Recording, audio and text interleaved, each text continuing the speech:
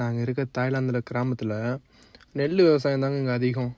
அதுபோல் வாழை, கரும்பு இந்த மாதிரி விவசாயம்லாம் இங்கே மேஜராகவே பண்ணுறாங்க. நான் இருக்க கிராமத்தில் வந்து பார்த்திங்கன்னா நெல் தான் ரொம்ப அதிகம்.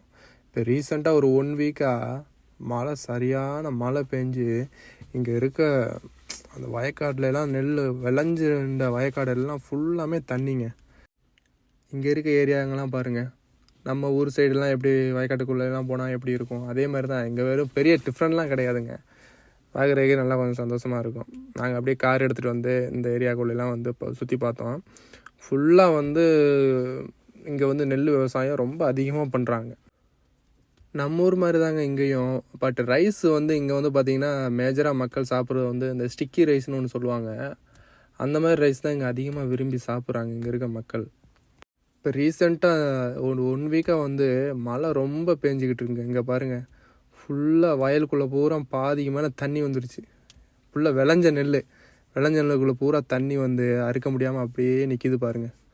ரொம்ப கஷ்டம் தான். நம்ம ஊர்லலாம் எப்படி விவசாயிகள்லாம் ரொம்ப கஷ்டப்படுறாங்களோ அதே மாதிரி தான் இங்கே. நான் உள்ளே இறங்கி 2 செடியை பிடிங்கி பார்த்தேன். நான் இறங்கின இடம் கொஞ்சம் ஓரளவுக்கு பரவாயில்ல. மற்ற இடங்கள்லாம் தண்ணி ஃபுல்லாக முழுங்காலுக்கு நிற்கிதுங்க. பாவம், எப்படி தான் இவங்க வந்து இந்த நெல்லை அறுத்து வீட்டுக்கு கொண்டு போக போகிறாங்களோ தெரியல. இங்கே இருக்க நெல்லுலாம் பார்த்திங்கன்னா அதனுடைய வளர்ச்சி பார்த்திங்கன்னா நம்ம இப்படி ஸ்ட்ரெயிட்டாக நின்று பார்த்தோம்னா நம்ம ஷோல்டர்கிட்ட வரையும் இருக்குது. அந்தளவுக்கு நல்லா பெருசாக தான் இருக்குது அந்த இதெல்லாம், கூலம்லாம்.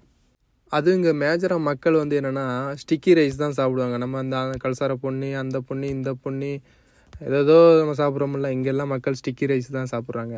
இங்கே பாருங்கள், அப்படியே ஓடையில் மீன் பிடிக்கிறாங்க. ஒரு வலையை விரித்து விட்டு அப்படியே மீன் பிடிச்சிக்கிட்டு இருக்காங்க. இந்த வயலும் நல்லா விளைஞ்சி நிற்கிது. இந்த ஏரியா ஃபுல்லாக பாருங்கள், நம்ம ஊர் மாதிரியே இருக்கும் பார்க்குறதுக்கு. ஃபுல்லாக நெல் பூரா விளைஞ்சு அப்படியே கருதரிக்கிறதுக்காக வெயிட் பண்ணிகிட்ருக்காங்க. பட் இங்கே அடிக்கடி இப்போ வந்து இந்த சீசனில் மழை ரொம்ப அதிகமாக பேஞ்சிக்கிட்டு இருக்கு. இங்கே பாருங்கள், ஒரு சின்ன கூடாரம் மாதிரி போட்டு வச்சுருக்காங்க பாருங்கள்.